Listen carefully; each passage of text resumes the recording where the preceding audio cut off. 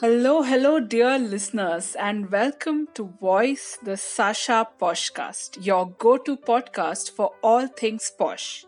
This is your host, Shweta Bhatt, and in this episode, we will be talking about a very important aspect of the area of prevention of sexual harassment. Consider the following scenarios. An employee fell into a deep depression after facing multiple instances of sexual harassment at the hands of her boss. A respondent refused to acknowledge his guilt even though he admitted to the allegations, saying that she provoked him by wearing jeans and that girls from her town always give mixed signals. A woman filed a complaint with the POSH committee asking the IC to order her co-worker to marry her as she was in love with him and was convinced that she was the right partner for him. An employee who was a top executive in the organization attempted suicide after a complaint was filed against him. Studies upon studies show the significant impact the experience of sexual harassment can have on mental health and well-being. Sexual harassment can put its victims under severe mental and physical stress, leading to grave mental health consequences, including depression, anxiety, stress, post-traumatic stress disorder, suicidal ideations, adjustment disorders, phobias, and somatoform disorders. On 12th March, SASHA launched Connecting Voices, a SASHA Circle, our first closed circle event.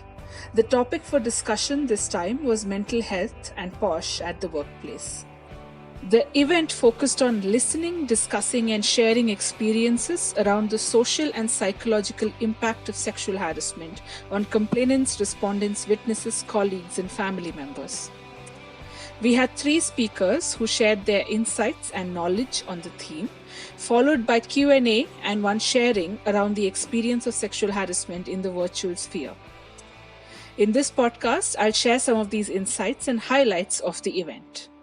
Our first speaker was Dr. Sunita Simon, Professor, Department of Psychiatry and Head of the Department and Professor of the Department of Medical Ethics, St. John's Hospital, Bangalore.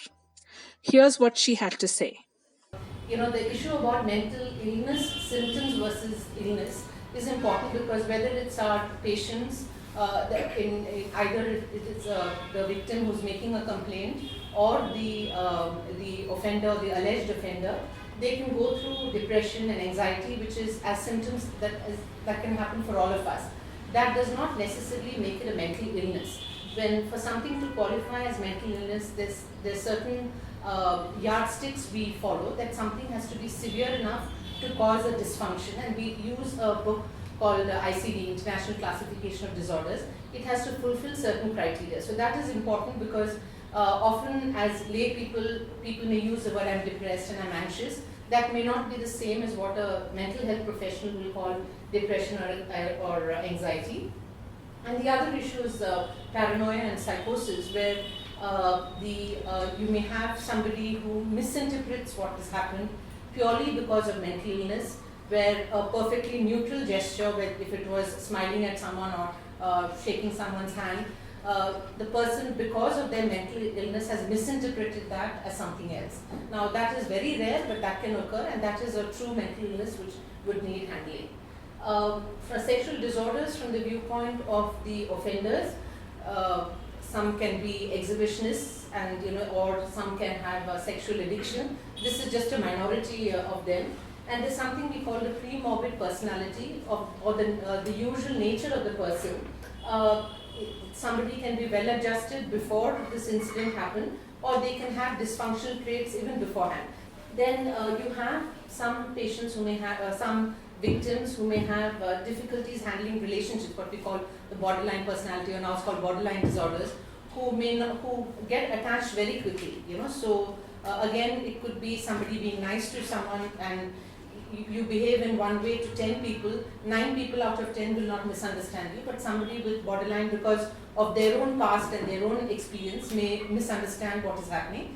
Again, this is not because of any psychotic illness, but the way all of us tend to relate to the present and the future on our own past experiences. So because of that, they may relate to it in some way. And you may have some offenders who may have what we call narcissistic traits. So I think some of the issues I have learned over time, and I think the caveat is it is true for some patients, not all. So I don't want this to be taken as a profiling, which obviously it isn't. And I felt it is good if the victims realize that life can really change forever once you make a complaint. And if you're lucky, it changes only for a significant period of time, but sometimes things will not go back to how it was earlier. And that is something sometimes victims don't realize. And of course, it's good to have support of family and friends. And even if justice comes, it comes at some cost, because what I've heard and what I've seen some of the victims say, that even if they've been found that the allegation was true and the person punished or whatever, they still get a label of being a troublemaker. You've made a complaint and you've disturbed the equilibrium. So it's really unfair that you've been victimized by your boss sexually abusing you. All you asked and got was justice, and after that also you're kind of blamed for the entire thing, which is really so unfair. So I think it really helps if your motivation to make the complaint is to protect others, because that can really see you through the difficulties that you face for making a complaint and the backlash. Because if you realize the greater good is it's not about me but protecting other people, that really carries you through. And what I mean by the next point is that sometimes even when the person has been found guilty and the person leaves the organization, the perception everyone still has that it's a false allegation. So I think that is really something that is unfair and that what victims have to deal with. And since everyone is bound by the secrecy and we can't talk about it, it's hard to correct that. The other thing is, I feel gender issues are really important, and I think the men who get abused have such a hard time, because when women get abused, you get a lot of sympathy if you're able to talk about it.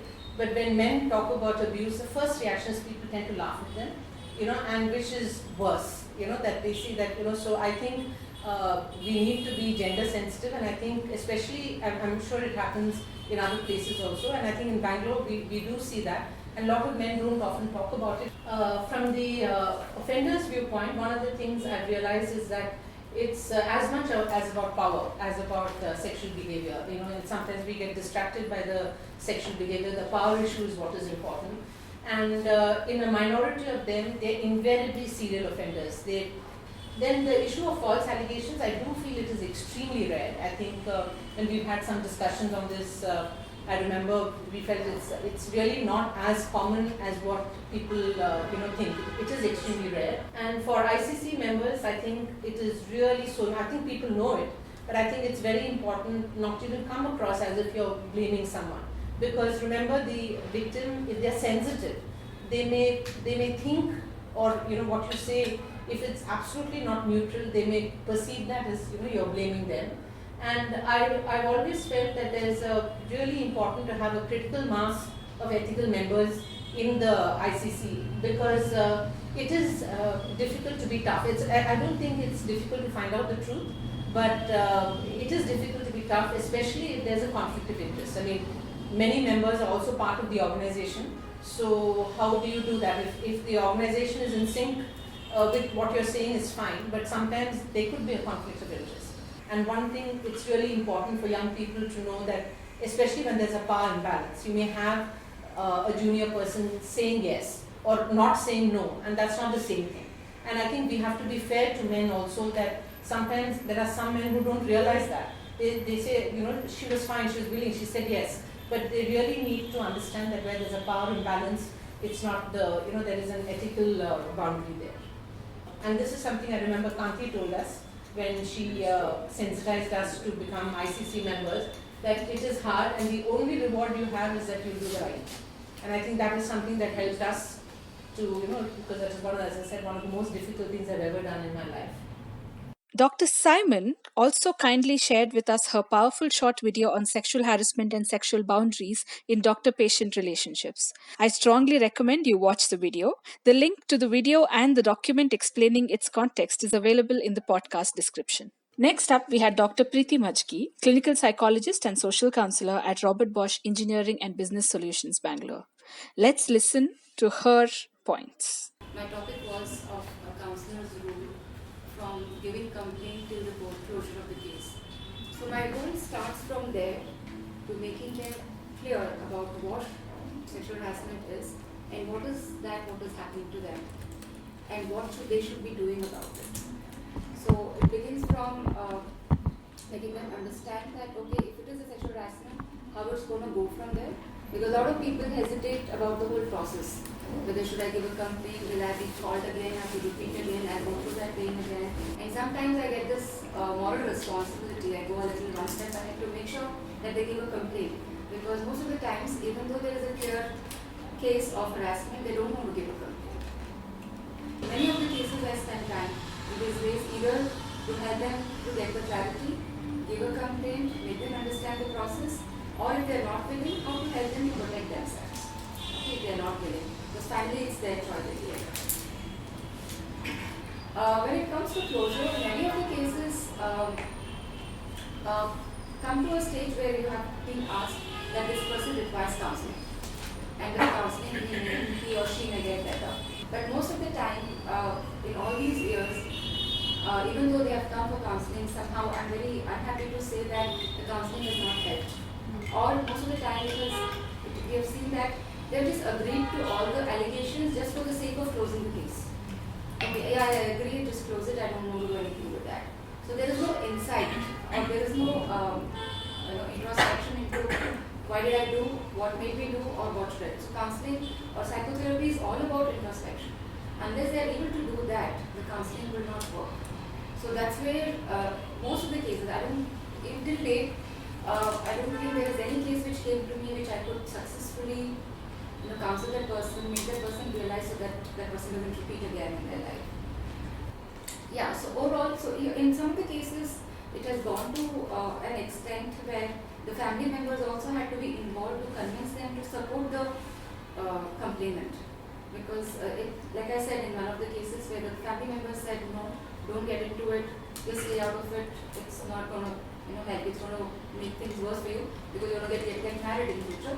So there have been instances where as a counselor I had to not only help the complainant, convince the complainant, but also convince the family members that what their daughter or son is choosing to do is right.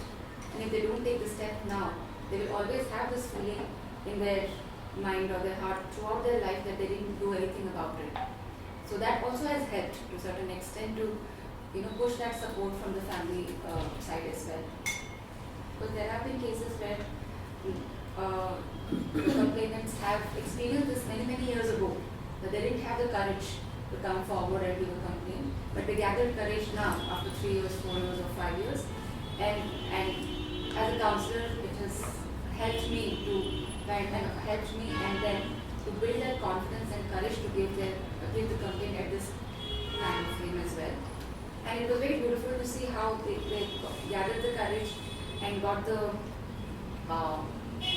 evidences at that point of time, few years later, and could give a complaint. This has been my journey from always from the beginning to the closure of the cases. But I'm still not really. I'm happy with the whole of the process. But when it comes to closure, I'm still not reached the stage where I don't know how much I can do about it. But if they can really accept truly what went wrong and that helps them. So that's where I stand. Yeah, so more or less this is being what I wanted to talk about, how counselors plays a role from the beginning to the end. In response to a question on extending counseling support to employees with mental health illnesses, Dr. Majki mentioned this. As you rightly said, if it's treatable and if something can be done about the case, we complete that process and based on the person's interest, then we do the transfer. If the employee is really interested to go, but otherwise just pushing the person to another department will not solve the problem, as you rightly said. So we make sure that the person is treated. If it is something on personality disorder, then we make sure that the person is taking counseling. And if the person is not responding to that as well, even then the option is not about pushing the person to another place and letting the situation to be managed.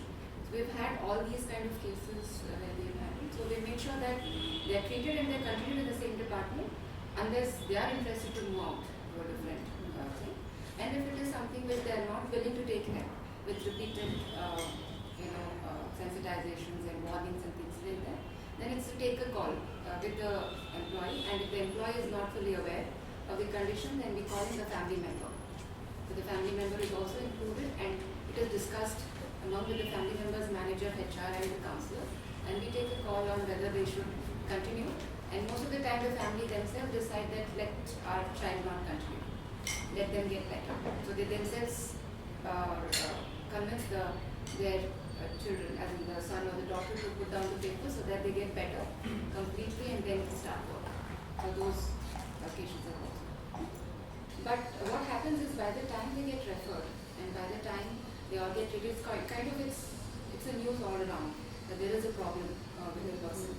So when they return to work, it's not that they're treated. I've not got any such kind of reports where they've been treated differently after they have got better. But manager has been constantly kept informed and made prepare of that kind of a return to work, where the tasks are given on a hierarchy of lower stress levels to the higher, and also it's graded. And also the manager also makes sure that they connects with the associates, other employees, colleagues, and makes them comfortable about it. So it's not that we do it on a regular basis, it's a case-on-case basis. But that's a good point. We always have thought that we should do that when an employee steps out for a month or so, because generally the recovery time is a month or two by the time they return. Our final speaker was Ms. Pavitra Jairaman, editorial head at White Swan Foundation, which is a non-profit working around mental health awareness. Here's what Pavitra had to say. So I think what I'd like to talk about, most of you have already brought up in bits and pieces across the past couple of hours, and I think Samya sort of brought it up most vociferously to say that sometimes the necessity is in creating a culture of accepting speech and of safe spaces and voices and so on. So while I don't have much experience in the space of sexual harassment, but mental health of course does fall on the border of that, not because of how we've been talking about the perpetrators, but more because of what the entire process does for both the victim and the perpetrator. That sometimes both require mental health intervention in these processes, and I think somebody brought that up. But outside of this, I think a lot of the conversation that we just had was some heavy firefighting to say, there was this case and then we couldn't do this, and then there was, the legal angle of this. But what we're forgetting is that for every, so I'll take the example of what we know of EAP services, right? Just for reporting mental health or emotional distress. Large companies have a concept of employee assistance programs that they are tied up to a large body of counselors, and the uptake of an EAP service is 6%. And the prevalence is, for just depression, is 1 in 20. So if you can just see the imbalance between how many people in a workplace have mental health issues and how many people are turning up at the EAP. So, which is where the question then arises to say that whether it is mental health issues or whether it is being able to express your sexuality or gender, or taking up talking about discrimination or talking about harassment, what is the workplace like in terms of who is listening to you? And so I don't have the answer for all others, but I sort of see a commonality in these conversations. And largely from how we at White Swan Foundation work with workplace mental health and what really makes a mental health friendly workplace. So we start to tackle it at different levels to say that different people have the power to talk about mental health at different, with different kinds of voices actually. So at the basic employee basis, and if you're looking at an organization that has 1,000 people, we are usually very bottom heavy. So it's 800 people, odd people who are employees. And this large section of people need to be sensitized largely in being able to accept information and have base level of understanding that mental health is a reality. And you can kind of liken this to any other topic. You can say that everyone needs to know that sexual harassment is a reality, or varied sexuality is a reality, and so on. And when I say mental health, I don't mean mental illness only. We are not talking about diagnosed mental illnesses. And by the time people come to a point of mental illness, there is a very long journey of emotional distress. Sometimes it's clinical, sometimes it's not. And just to understand, and this is some work that we do with large workspaces, is to understand that mental health itself has a biological, psychological, and a social factor. And the workplace participates in the social factor in a very significant manner. So if you are the social factor in I am in hers and I am in hers, if we had a long-standing association, then what am I doing to make her social interaction better, and am I ready to receive her information? The manager who's at the center of this point, receiving information often of 20 people, needs to be trained. At the workplace, we see that while employees need a large amount of having conversations on mental health, the managers need to be empowered with information on how to handle and receive information. And most importantly, that leadership needs to work with a buy-in to say that we are very strongly in support of this conversation and that I'm going to tell you my mental health issue. Now again, the reason why I'm going on about mental health is because that's a space that I work in, but this really does apply to every other space. That if the leadership is making a comment on what your measures are for sexual harassment or for gender equality, then it sort of trickles down to the last. And of course, this was what Yamuna was talking about in the beginning when she was introducing us. We also believe that most workplaces can have champions, people who believe in one cause, and can be a champion for mental health, which is what we do a day-long training for. To say that if I'm going to know a lot more about mental health than the next person, which is to say that I'm going to understand what it means, I'm going to know how to identify emotional distress, not symptoms of mental illness, but emotional distress. That if I know that a colleague has been absent for 3 days, I'm going to know to ask. And then know that these are the resources available in the organization. Can you go to the EAP? Is there an in-house counselor? Do I know that your manager is a cool guy, so why don't you go and speak to him? So the champion then takes this on and says that I'm going to be the person who knows this information. So in many ways, I think what the conversation for the past 2 hours sort of lacked was to say that how is our environment receiving this, these moments of trauma, right? And in all of these cases, it's traumatic. To exist in a workplace with distress of any sort is traumatic, and how are the people around me receiving, and how are they putting processes in place for me, is the question that I think from a structural point of view we need to ask. And it comes into play in so many ways. So and that sort of is the only way forward outside of the actual cases where you're saying that this is a psychiatric case, or this is this is a legal case. How does this tie up? What is the closure and all of that. Apart from these perspectives shared by the speakers, the event was peppered with Q&A and some great points raised by the participants. We discussed about many subtopics, including the realistic obstacles in maintaining confidentiality of inquiry proceedings, the pros and cons of the Me Too movement versus following due process, the efficacy of theatre-based workshops in creating awareness and empowering employees, and how the roles of IC members can take a toll on their own emotional well-being. On behalf of Team SASHA, I express my heartfelt gratitude to all the speakers, sharers, listeners, and participants. Subscribe to us, our podcast, and our newsletter to get to know when our next Connecting Voices Circle will be. And with this, I take your leave, dear listeners. How did you like this episode? What would you like to know more about? What is your opinion on listening circles? Do write to us at voice@sashaindia.com with your queries and inputs. This is your host Shweta Bhatt signing off. We'll meet again in May with a brand new episode of Voice the SASHA PoSHcast. And until then, stay safe, take care, and remember, to prevent and protect is to progress.